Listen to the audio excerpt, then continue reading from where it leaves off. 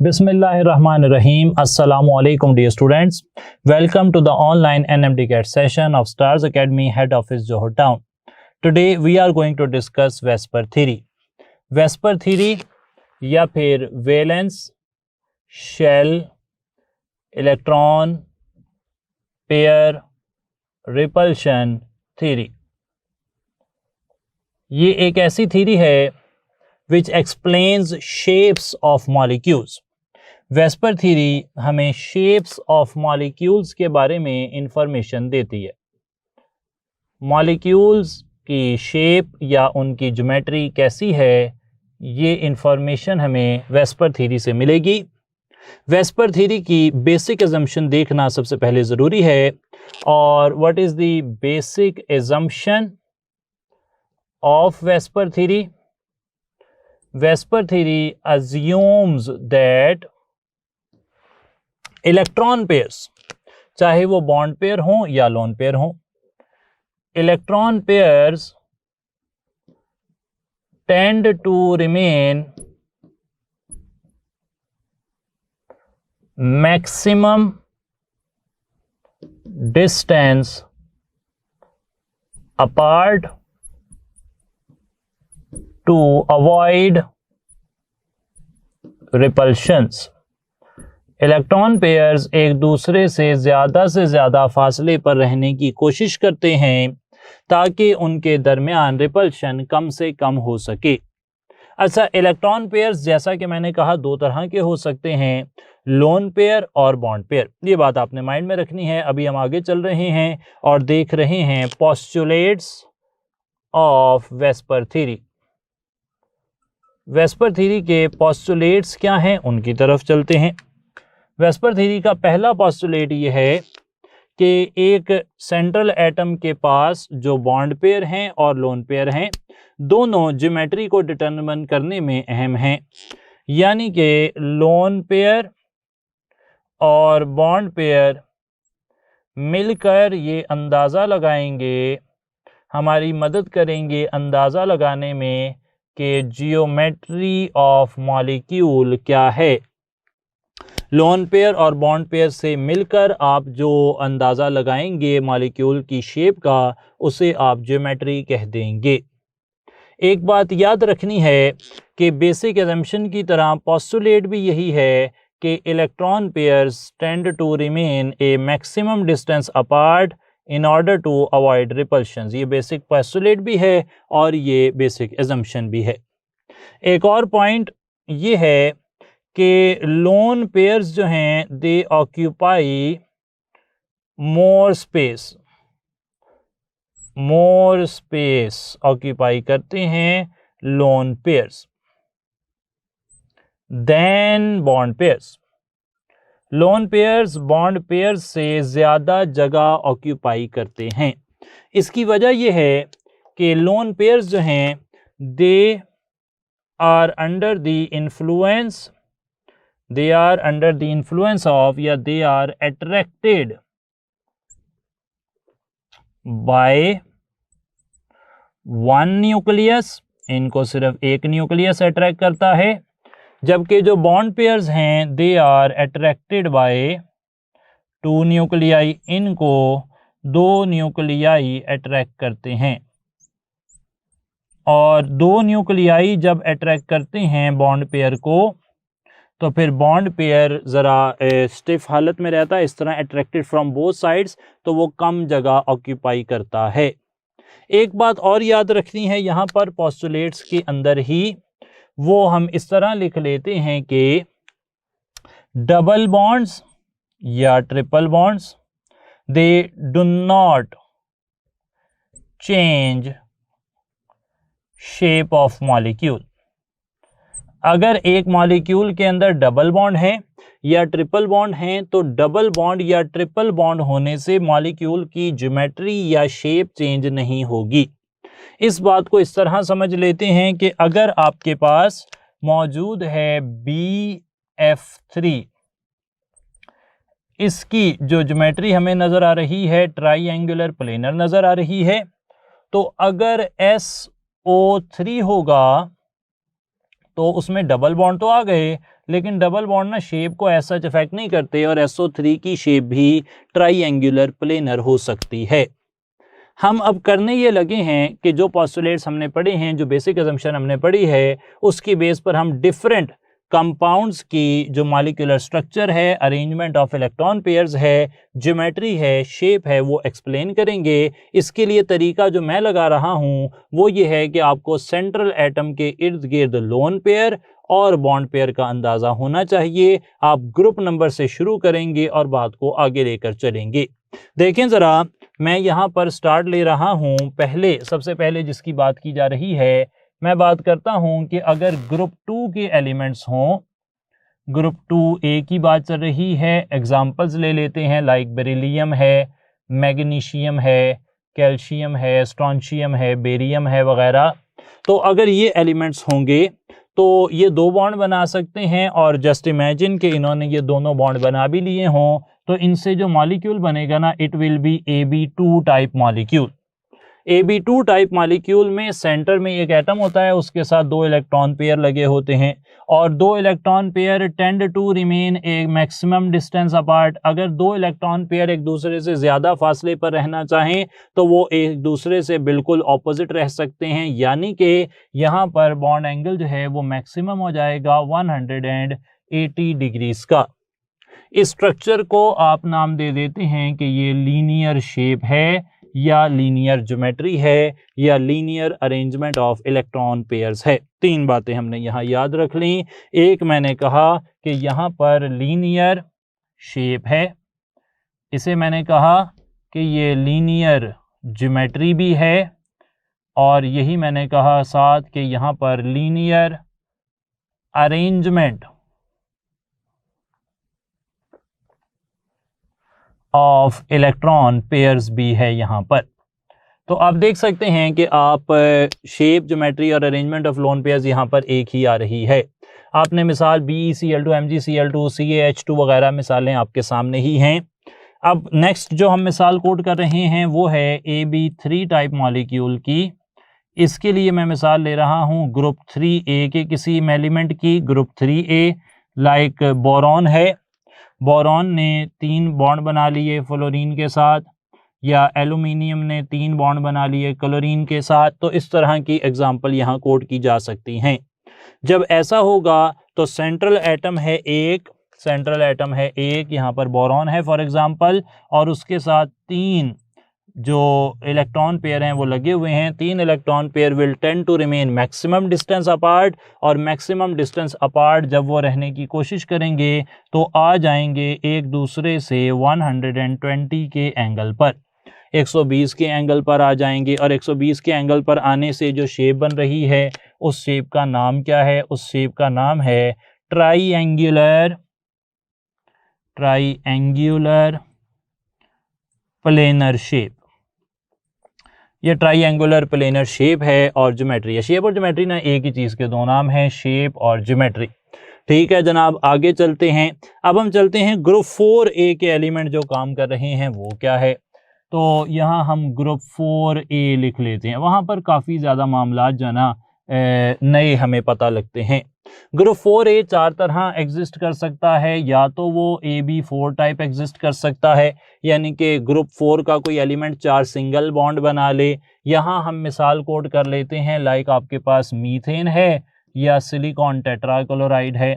अब क्या होगा, सेंट्रल एटम होगा यहाँ पर, ये रहा एक central atom for example carbon, और इसके साथ 4 electron pair will tend to remain a maximum distance apart. इसको अगर मैं 3 डायमेंशनली बनाकर दिखाऊं तो 3 डायमेंशनल अरेंजमेंट जो है ना यहाँ पर वो कुछ इस तरह नज़र आएगी। ये देखें ज़रा जी, ये है 3 डायमेंशनल अरेंजमेंट। आप देख सकते हैं कि ये जो 4 ऑर्बिटल हैं, इनमें से 2 ऑर्बिटल टुवर्ड्स दी व्यूअर आपकी तरफ हैं, एक ऑर्बिटल ये पीछे वाला मेरी तरफ है, और ये ऊपर की तरफ है, यानी कि ये 2 ऑर्बिटल आपकी तरफ, ये वाला मेरी तरफ, और ये ऊपर राइट एंगल पर नज़र आ रहा है। इसे कहते हैं टेट्राहेड्रल स्ट्रक्चर।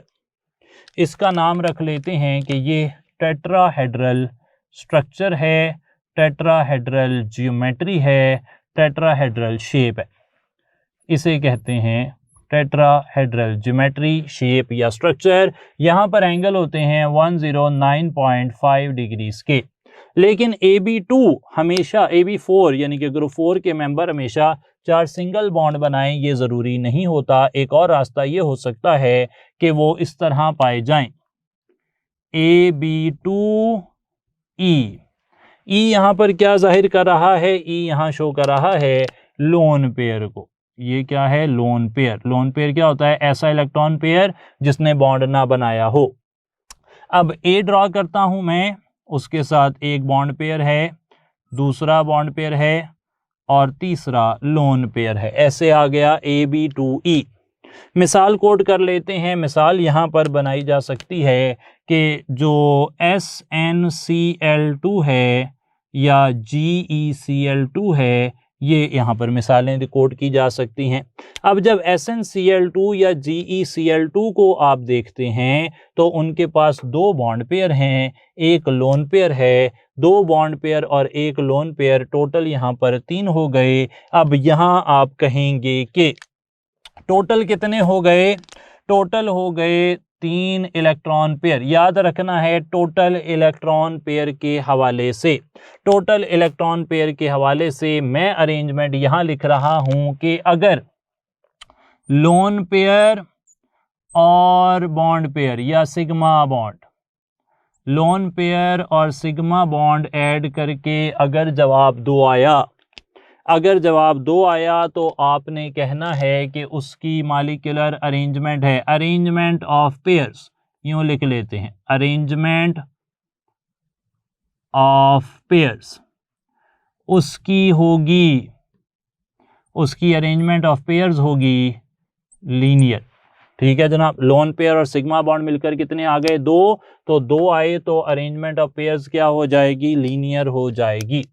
अगर लोन पेयर और सिग्मा बॉन्ड्स मिलकर हो गए 3 तो फिर arrangement of pairs, arrangement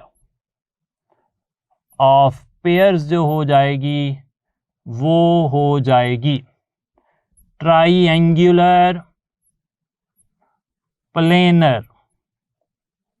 triangular planar जैसा कि यहाँ पर है या यहाँ पर है। सिग्मा बॉन्ड 3 है यहाँ पर। ठीक है जनाब। लोन पेयर कोई नहीं है। अगर ऐसे हो जाए कि लोन पेयर और सिग्मा बॉन्ड्स मिलकर हो जाएं 4, लोन पेयर और सिग्मा बॉन्ड्स मिलकर हो जाएं 4, तो यहाँ पर आपने याद रखना है कि arrangement of pairs, arrangement of pairs हो जाएगी टेट्राहेड्रल, टेट्राहेड्रल हो जाएगी। और आखिरी बात यह है कि अगर लोन पेयर और सिग्मा बॉन्ड मिलकर हो जाएं 5 आ गए तो फिर जो अरेंजमेंट ऑफ पेयर्स है, arrangement of pairs, electron pairs, bond pair हो या लोन पेयर हो, वो हो जाएगी ट्राइगोनल बाईपाइरामिडल हो जाएगी। ट्राइगोनल बाईपाइरामिडल इस तरह नजर आता है, P C C C, ये 2 Cl आ गए। ये देखें ज़रा, ट्राइगोनल बाईपाइरामिडल ड्रा कर रहा हूँ, Cl Cl Cl Cl Cl, इसे कहते हैं ट्राइगोनल, और ये दोनों ऊपर और नीचे पायरामिडल शेप में होते हैं।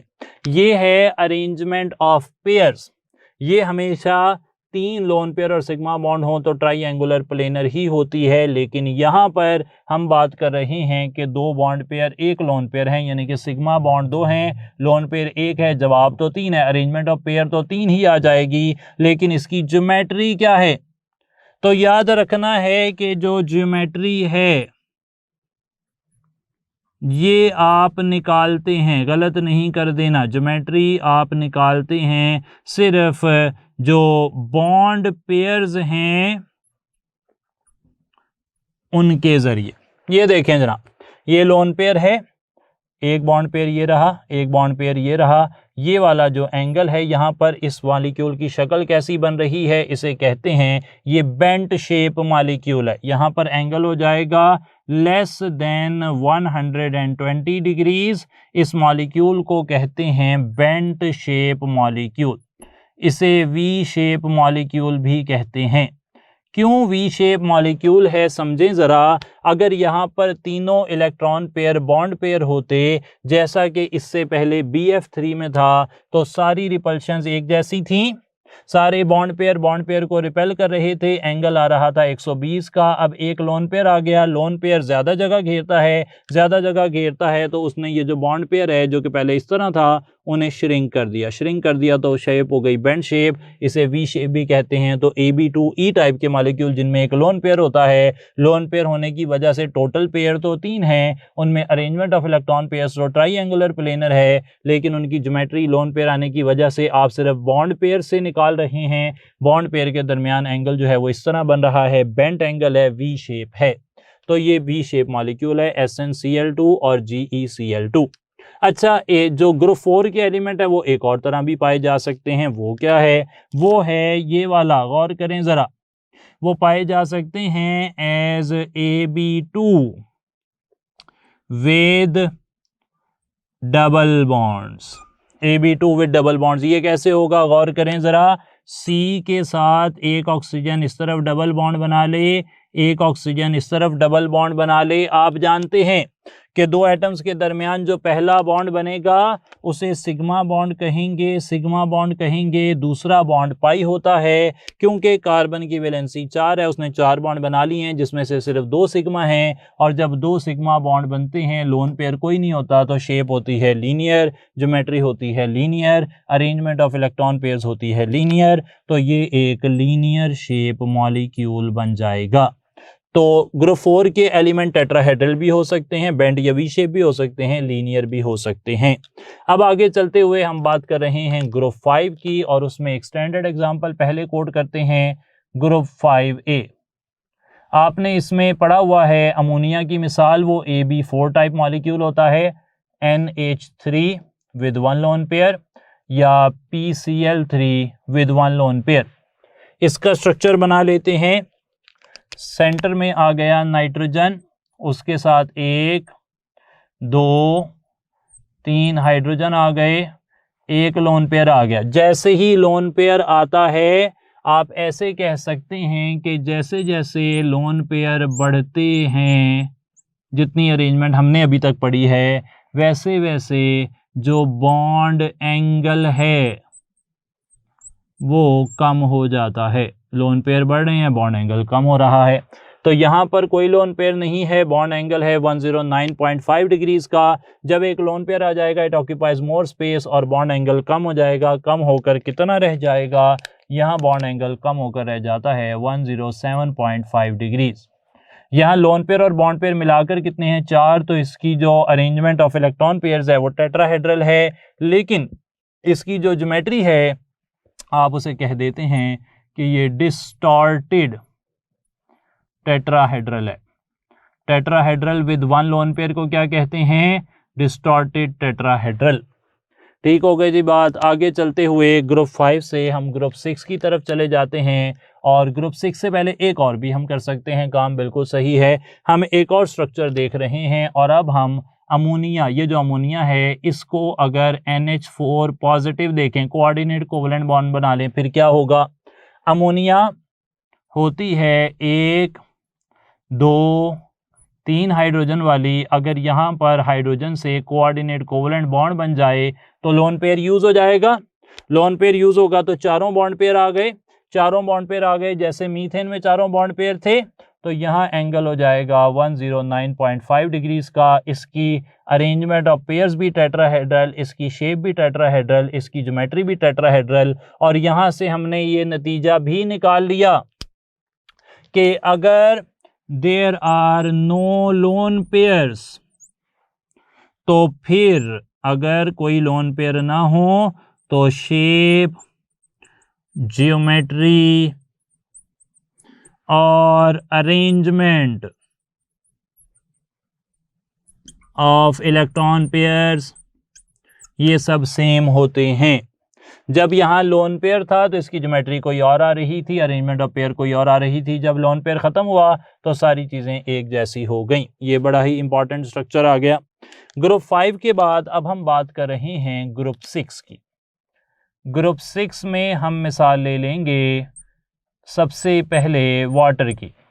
ग्रुप 6 हो सकता है AB2E2। अच्छा, इसे ऐसे भी लिख सकते हैं, AB4 अगर आप ना लिखना चाहें ना तो ऐसे भी लिख सकते हैं AB3E, यानी कि 3 बॉन्ड पेयर हैं, 1 लोन पेयर है। ग्रुप 6A हो गया 2 बॉन्ड पेयर 2 लोन पेयर। इसमें हम मिसाल कोड कर रहे हैं वाटर की और H2S की। ऑक्सीजन एक तरफ, हाइड्रोजन दूसरी तरफ, हाइड्रोजन, एक लोन पेयर दूसरा लोन पेयर। तो यहाँ से ऐसे भी सवाल आ सकता है कि कौन सा ऐसा मॉलिक्यूल है जिसमें 3 टाइप्स ऑफ रिपल्शंस हमें देखने को मिलती हैं, तो वो वाटर है।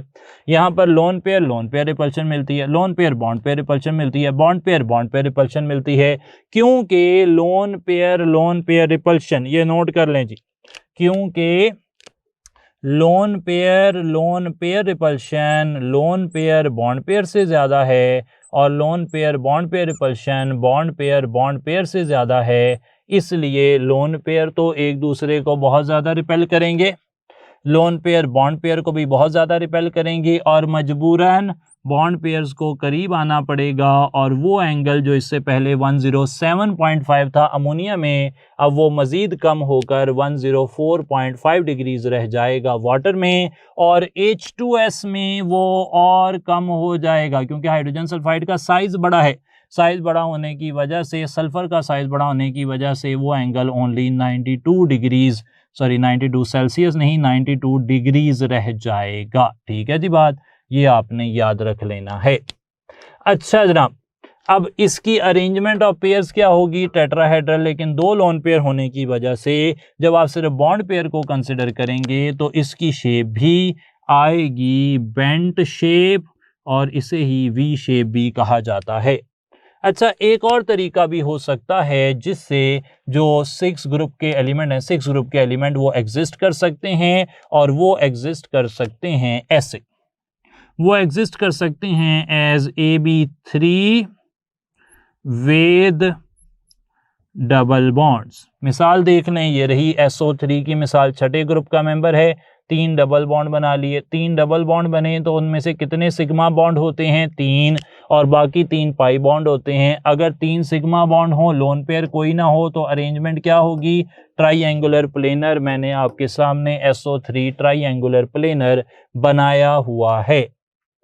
एक और तरीका भी हो सकता है, वो है AB2E विद डबल बॉन्ड्स। ये भी देख लें, AB2E विद डबल बॉन्ड्स।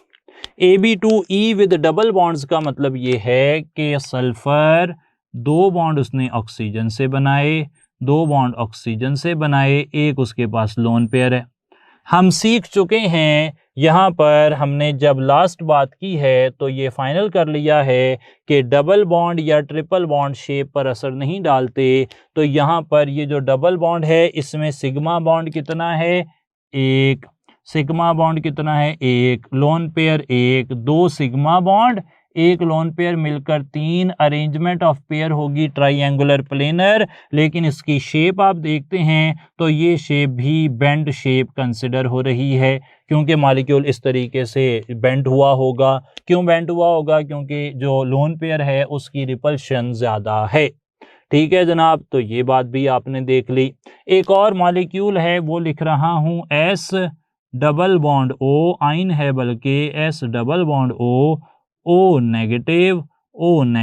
अब हमने इसकी शेप अगर अंदाज़ा लगानी हो, ज्योमेट्री अंदाज़ा लगानी हो, तो क्या फार्मूला होगा, सल्फ़र ने कितने सिग्मा बॉन्ड बनाए हैं, 1, 2, 3, 4। इसके पास कोई बाई बॉन्ड है, जी नहीं।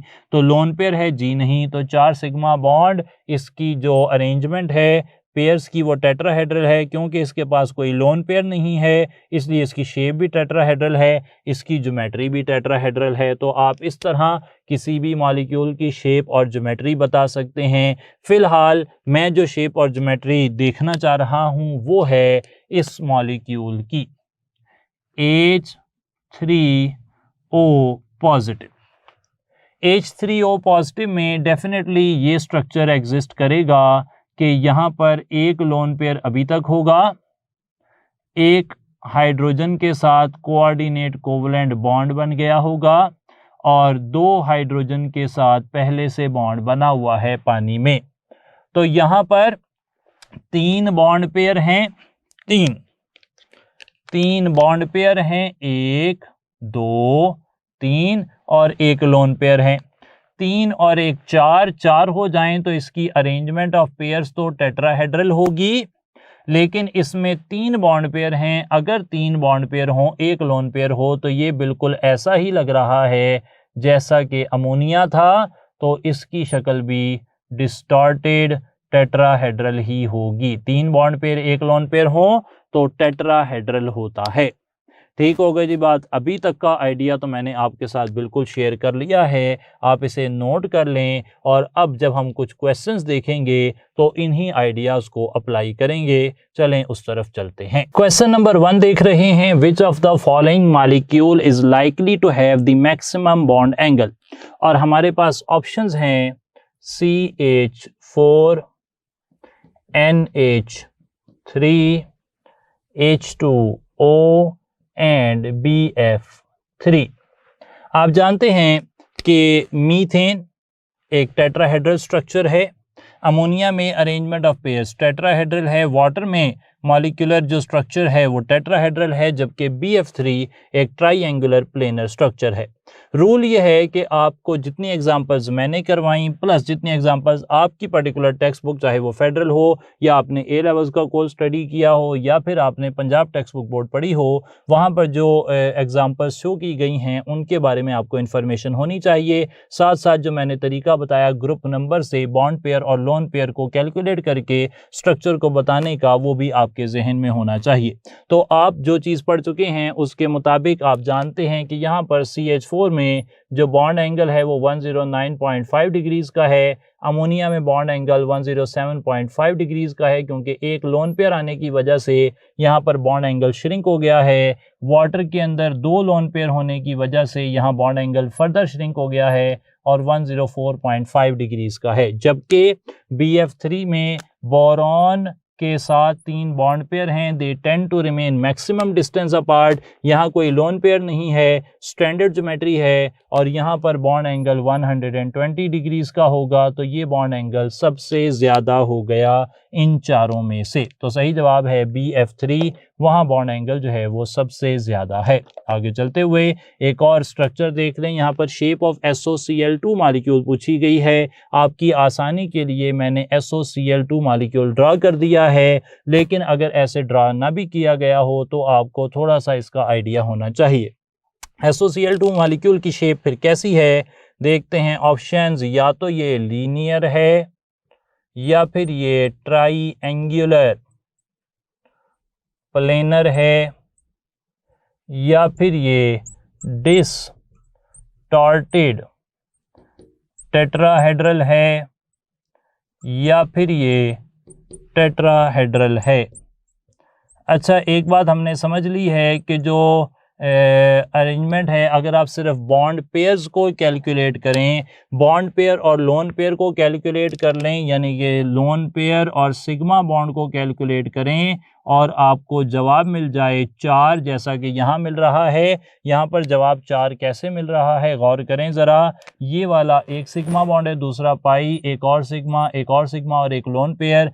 3 सिग्मा बॉन्ड हैं, एक लोन पेयर है, जवाब आ रहा है 4। यहाँ पर arrangement of electron pairs, molecular structure क्या होगा, टेट्राहेड्रल होगा, लेकिन जो शेप है या ज्योमेट्री है उसमें हम सिर्फ बॉन्ड पेयर काउंट कर लेते हैं और बॉन्ड पेयर यहाँ पर 4 में से 3 हैं, 3 बॉन्ड पेयर हैं, एक लोन पेयर है। तो यहाँ पर अगर एक लोन पेयर आ जाए तो जो स्ट्रक्चर टेट्राहेड्रल है, लोन पेयर आने से वो हो जाता है डिस्टॉर्टेड टेट्राहेड्रल और ये स्ट्रक्चर हो जाएगा जो शेप ऑफ मॉलिक्यूल है, जो ज्योमेट्री ऑफ मॉलिक्यूल है, वो हो जाएगी डिस्टॉर्टेड टेट्राहेड्रल। गौर कर लें जी, arrangement of pairs 4, arrangement of pair के हिसाब से ये टेट्राहेड्रल, लेकिन ज्योमेट्री या शेप में आप क्या देखते हैं कि बॉन्ड पेयर कितने हैं आउट ऑफ दीज 4। अगर वो 3 हैं, 4 टोटल हैं, उनमें से 3 बॉन्ड पेयर हैं तो डिस्टॉर्टेड टेट्राहेड्रल हो जाएगा। अगर 2 बॉन्ड पेयर होते तो ये बेंट शेप हो जाती जैसे कि वाटर में होती है।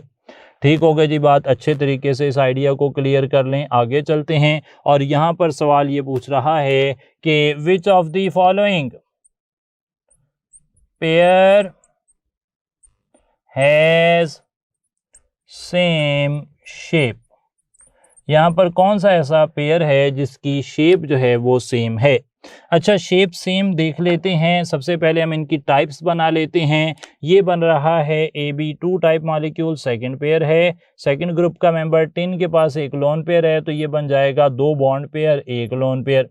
यहाँ देखिए तो टिन के पास एक लोन पेयर है, ये बन रहा है AB2E, 2 bond pair, 1 lone pair. Sulphur के पास भी एक लोन पेयर है, ये बन रहा है AB2E।